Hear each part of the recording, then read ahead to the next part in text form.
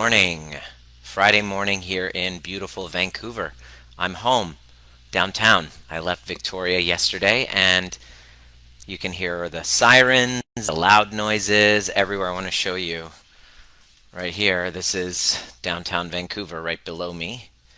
I'll show you actually over here with my webcam. It's a gorgeous day out and you can hear all of the sirens. It's beautiful. It's like I think maybe 10, 12 degrees.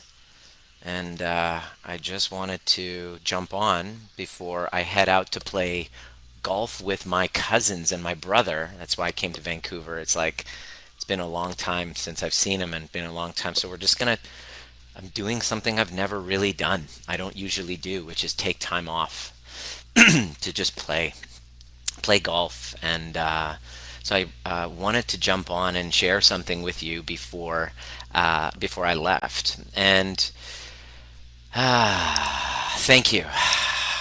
Just want to get you to check in right now for a moment. As you're watching me, let me know if you're on replay, hashtag replay. Check into how you're breathing right now.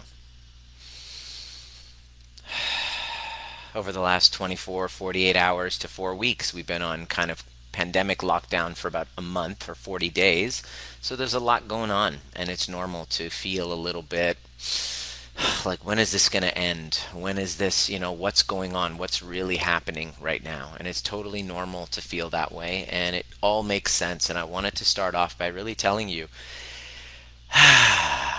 to take a deep breath and to let you know that everything that you're going through right now completely makes sense. Everything. If you understand how your nervous system functions, the way that you're showing up in a relationship, the way that you're showing up at work, the way that you're showing up for yourself, all of it is making sense. And I want to help you make sense of it so that you leave with agency in your life. Agency. What does agency mean? Agency basically is what we all desire and crave. We want agency, which means we have some sort of a say in our lives. This is what we all truly want. We want the freedom to have some sort of a say in the way that life moves forward. We just keep forgetting, because of childhood wounding and trauma, that we don't end up having much of a say. We don't have a say. In other words, when we get triggered, old unconscious wounding starts to take over. It takes away our agency. Today I'm going to be talking to you about agency, because if you don't have agency, this is what you really want in your life, is agency. We all want that. We don't want to go to work and feel like we don't have a say in how the environment goes. We don't want to go to work and feel like robots. We don't want to go to work and we don't want to have relationships where we're constantly not able to have mutual sharing and giving and receiving. We want some agency in relationships. The problem is we don't know that we have a say because of childhood patterns and woundings, because of trauma, where we dissociate from ourselves.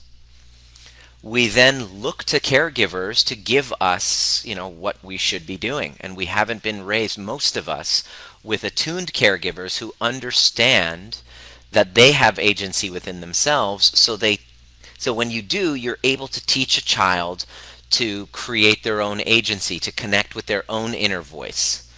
That's a skill, a parenting skill that I'm committed to mastering. And the only way that I can master that's like the best skill that I feel I can teach my unborn child. I want to teach this kid how to have a connection with his or her own inner voice so that they have a say in the direction and creation of their entire lives, how their relationships go, so they don't have to hope that they marry somebody nice. They actually create that because they have agency. They have a say. And we have a say the moment we realize that we have the potential to have a say. And the way that we create agency in our lives is to go back and heal the parts of us where we actually lost it, where we lost agency. And that's in childhood. And if you look back on the things that you went through as a child, And maybe it was traumatic. Maybe the people that were your caregivers or your parents, they hurt you. They were physically abusive. Or maybe you spent time when you didn't know whether they were going to be here or not. Or like some of you in foster care, where you had to constantly be battling the feeling of, am I not like lovable? Like what? Why? Because a child, we make children are egocentric. We make everything about us.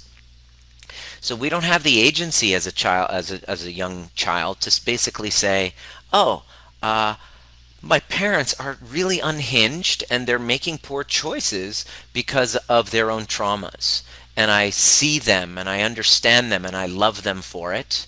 And I completely sympathize and empathize how difficult that must be to be a parent who doesn't have agency in their own homes and they're taking out their traumas on me. I mean, how difficult that must feel. Like, we don't have the ability at the age of 4 to do that. It's laugh, I joke, it's facetious because it's impossible. Instead, what do we make out?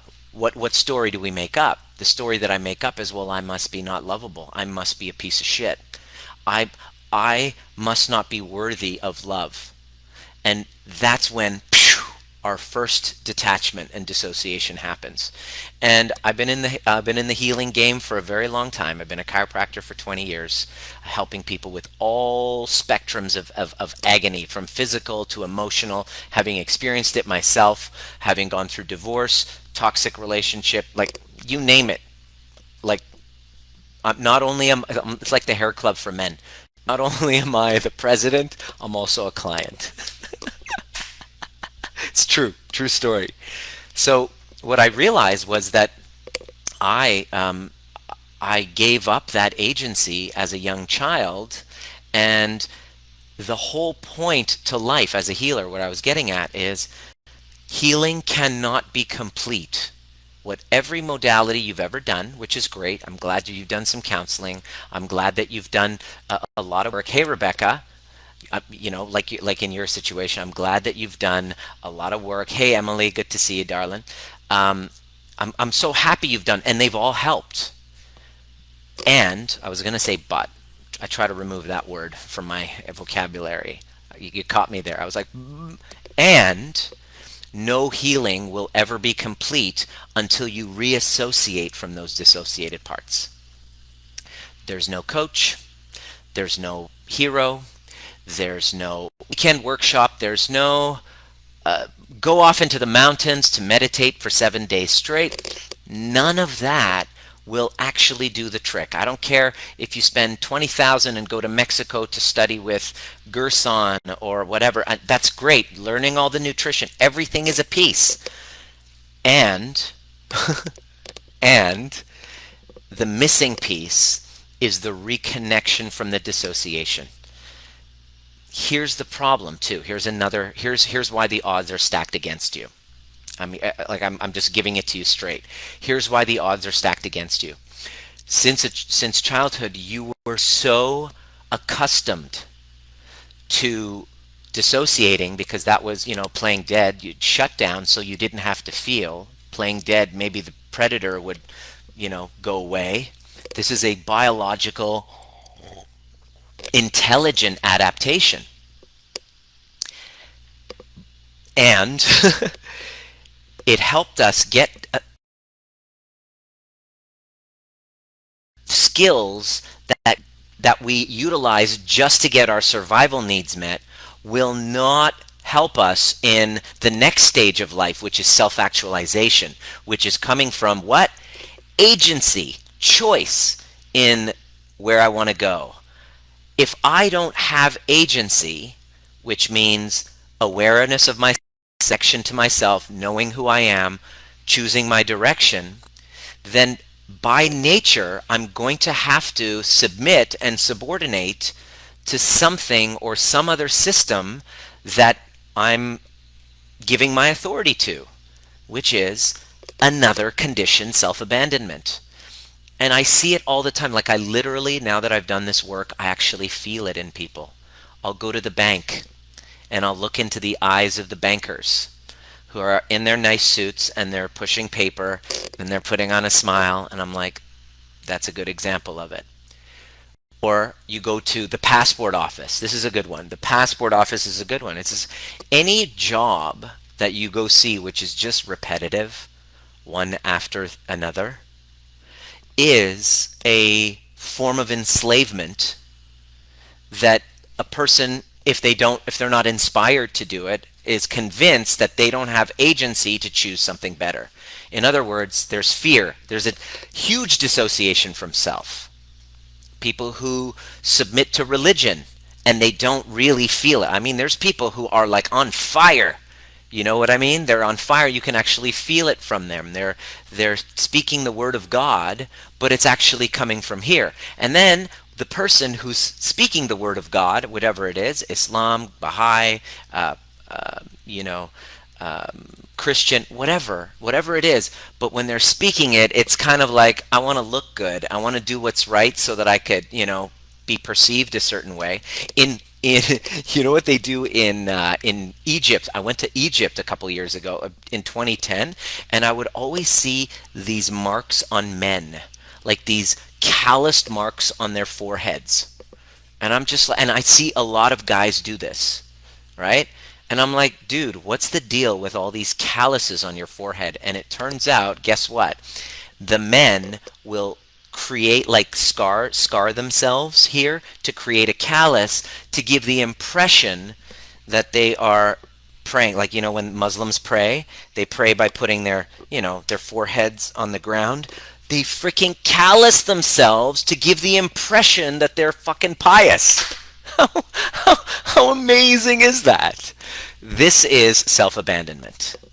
And it's not their fault. They're not evil. It's just culturally passed down. And then we experience this massive wake-up call that says, holy shit, look at what's happened to my life. I've been dissociating from myself. I don't like what I do. I feel like a robot. And this was me even in chiropractic. I just felt like I was stamping beef. This is kind of like the consideration. All right, I had the $1 million practice. I did it. I'm like, where's the soul? Where's the soul part of it? After a couple really nasty reviews on Yelp, which confirmed and validated that I wasn't really in it for my heart, it was just basically for the money, it was like a wake-up call for me. I was like, oh, that doesn't feel good. And the thing is that these challenges, some of you have had like health crises. It's a wake-up call. Financial crisis, relationship crisis. Any crisis is just a wake-up call. That's why this whole pandemic thing, I was like, oh, is everyone surprised? I know exactly what to do in a crisis. I've lived through 5 of them in the last 10 years. 5 crises in the last 10 years. Identity crisis, divorce, like several breakups, job change. Like each time peeling off, revealing that I've been putting on a fucking mask all the time to be this thing because I had dissociated from myself, which wasn't my fault, but it's my responsibility. And it's not even I'm not playing victim to my parents. It's not even my parents' fault. They're fucking tremendous people who were at the product of the same thing. So how do you change that? Well, this is the part where this part can't be fixed by a hero outside of you. This is caused by a reconnection to you. And the practice and the commitment of doing it again and again and again. This is what I committed to 2 years ago, and it's difficult. But on the other side, okay, you have intimacy when you really get this. When you don't do this, when you don't practice it, I'm going to share with you one of the most powerful ways to practice by the end of this. If you don't practice this, you show up in relationships as inauthentic. There's a wall between you and other people because you're dissociated from yourself. You're actively in that engagement between the two of you, whether it's a client, whether it's your child, whether it's a partner, and you now are dissociated from self because you're now in the perspective of another person. What are they going to think of me? If you've ever been in that situation where you're walking in and you're afraid to say something, you're literally, here's what's happened. There's a soul inside of you. You've dissociated from your soul, and now you're looking at yourself from that person's, I hope they like me. I hope they think I'm great. And we all have this. We all do this. But this is an awareness of dissociation I have now. I'm like, oh shit, I really care about what these people think of me right now. Boom, return back to me and practice again and again and again. And I discovered the most powerful way to practice this. You got to practice this in a community, because you're going to forget. Why? Because you're going to dissociate and you don't even know you're dissociating. That's the problem. The problem is when you start practicing this, you dissociate, but then you're so dissociated you don't know you're dissociating. So you must practice in a community of people who are up to the same game, who are, okay, so here's where I'm at. I just noticed I'm dissociating. I just noticed, or we call each other out. Yesterday on the group call, we did a group call with my tribe, and it was amazing. We were talking about, what were we talking? Oh, I challenged everyone. I said growth happens, is what I was saying. Growth happens when, how you know you're growing. Growth happens when you're willing to have uncomfortable conversations. Okay? So what I did was I challenged everyone to have 2 uncomfortable conversations they've been withholding.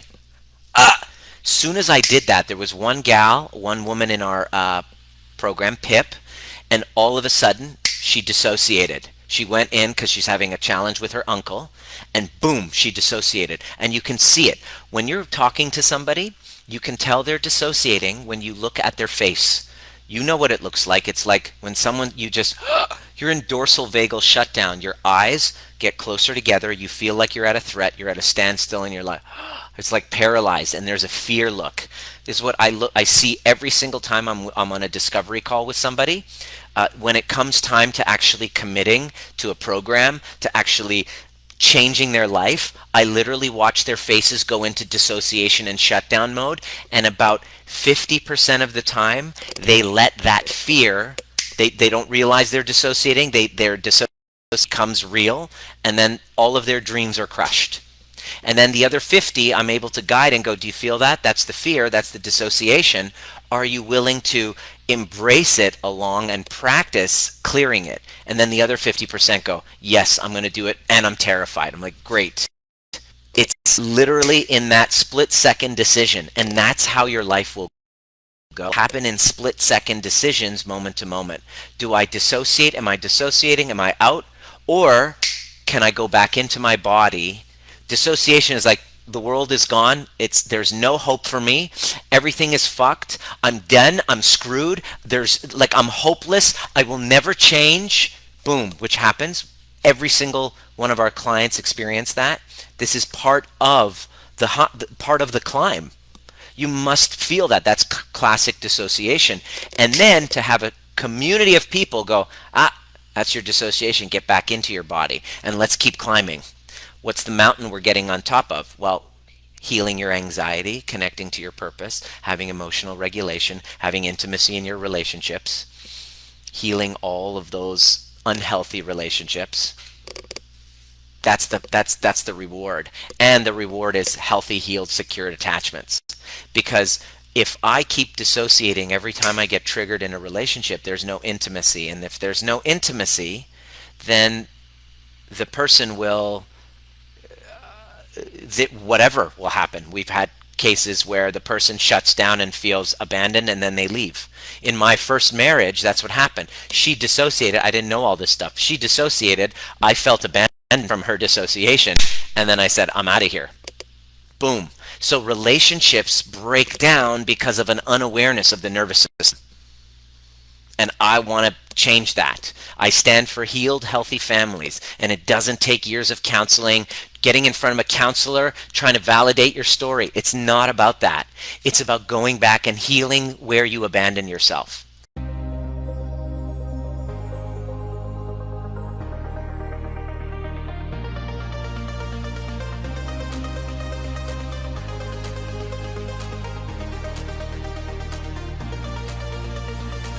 My name is Dr. Nima Rahmany, and you've been listening to the Trigger Proof, designed to teach you the most important skill necessary for a dramatically changing world, which is nervous system regulation.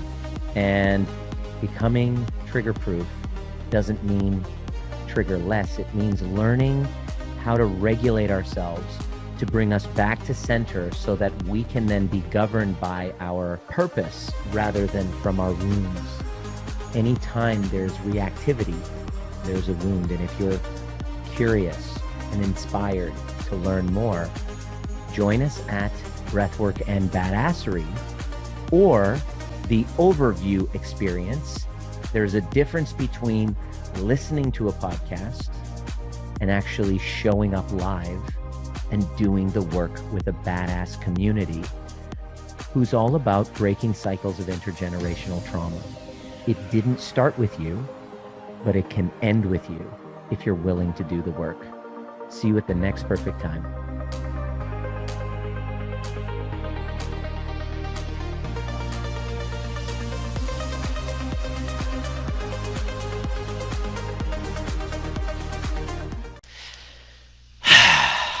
What happens to your parenting? Well, an interesting thing happens.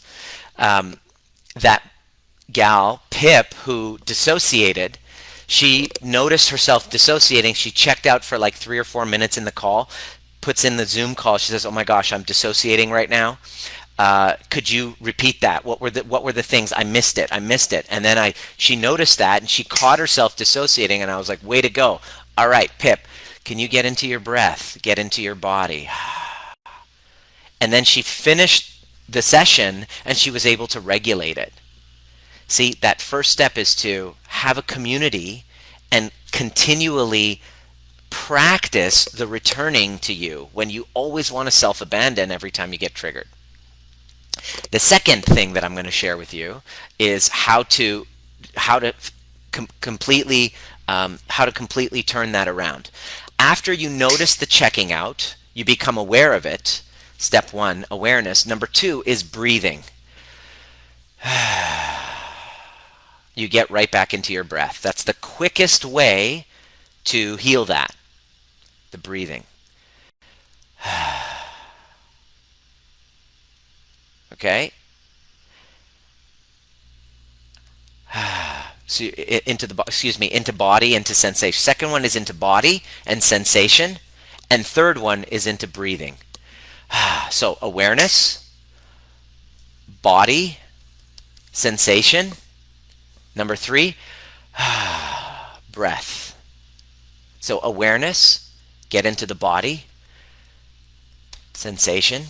Sometimes we even actually tap things, and also essential oils, getting into smell, getting into senses. Right now is very important, especially during really stressful times. You want to rub essential oils, getting into senses. And then the third one is breath. And there's an opportunity that you have for those of you actually already who are coming Sunday. We're doing our second Breathwork and Badassery workshop. We practice breathing, and you're going to also have your inner child meditation. So we start with a little bit of a background of what it is. Like, why do we do inner child meditations? And essentially, this is how you uncover the chronic dissociation, is by returning back and doing inner child meditation. If you told me 2 years ago that I'd be talking to my inner child, I would have thought you were crazy. But this is it. This is the missing piece. The dissociation. How do you do it? By returning back again and again and making these meditations and connections energetically with your younger self that you abandoned again and again and again. You're reestablishing a new relationship with them. A new relationship that will last you for the rest of your life. This is self-love in action. It's not just a meme. I saw Kerwin Ray's post today. You gotta love yourself. Yeah, but how do I love myself when I look in the mirror and I fucking hate what I see? How do I do that?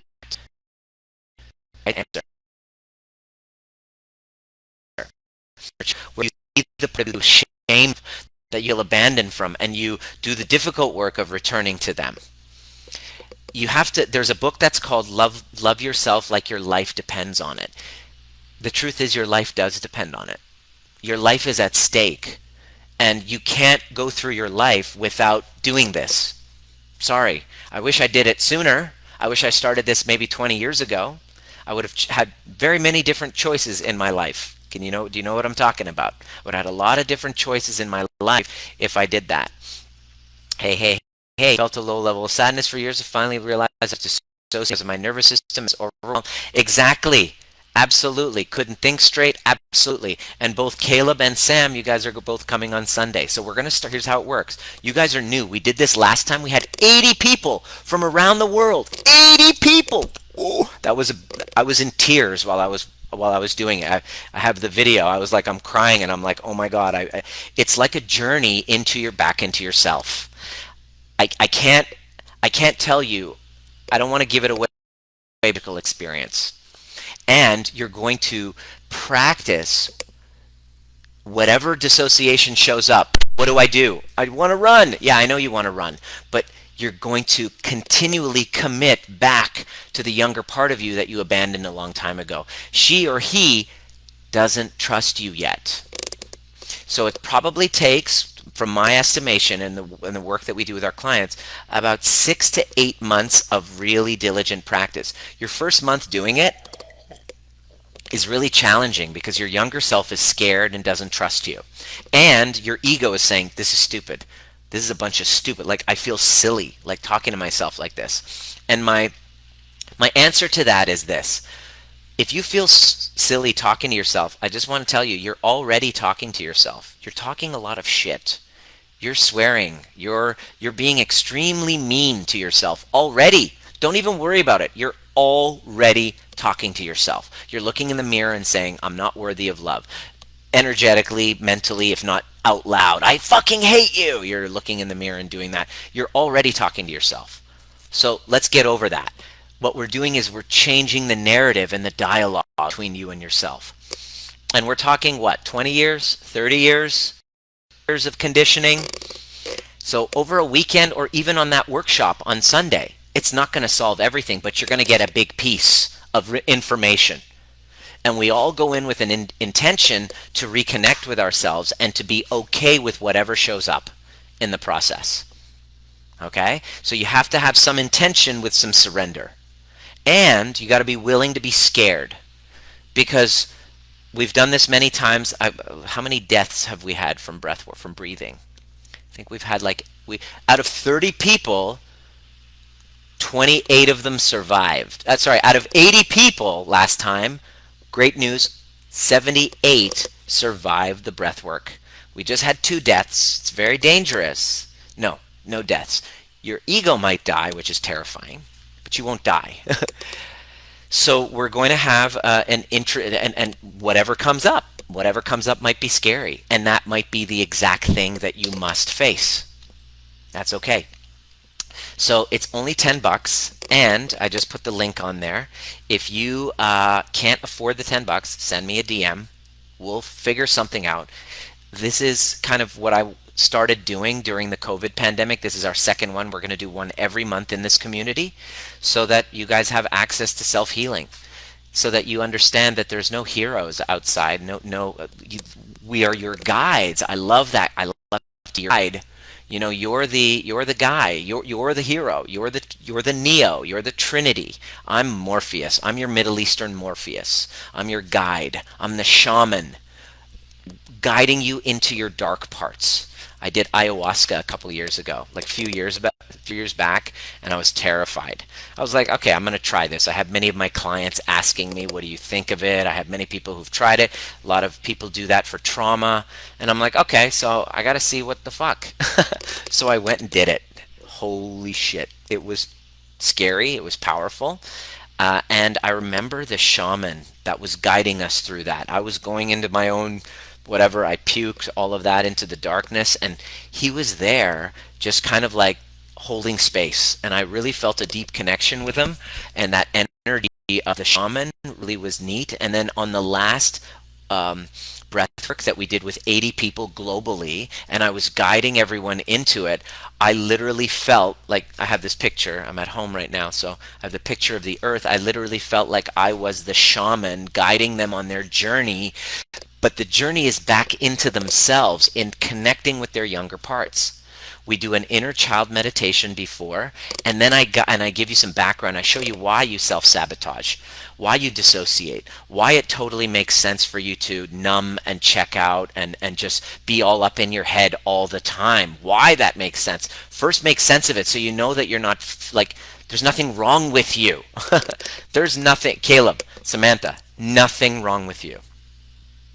There's just a conditioning of self-abandonment, which is going to take some time, and it's going to take some practice. It's going to take some mentorship. It's going to take some guidance. It's going to take some push. It's going to take holding space, watching you emotionally vomit all of these resentments that you've been holding into your body.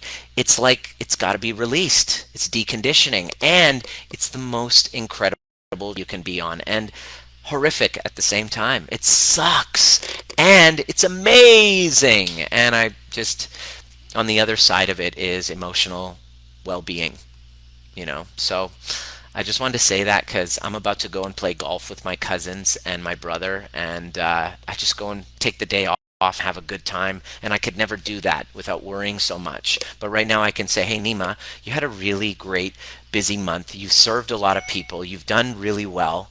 Um, you showed up for people. You showed up and you were a stand for families, and you stood there for them, and you deserve to go and play right now. And I could never say that to myself before. So the work works if you're willing to step in. Want to, yay, yourself life dependence. Yeah. Didn't sound out. Ready on. We'll see you in our breathwork ceremony on Sunday or early Monday morning if you're in Australia. And you're going to practice the art of returning from dissociation. You will dissociate again and again and again, but then I'll help you practice through conscious connected breathing. I look forward to seeing you. Hopefully this was valuable. If you're noticing yourself checking out, return to breath and join us on Saturday so that you can learn this practice, this ancient practice that will take you so far in life. See you at the next perfect time. Make sure you subscribe.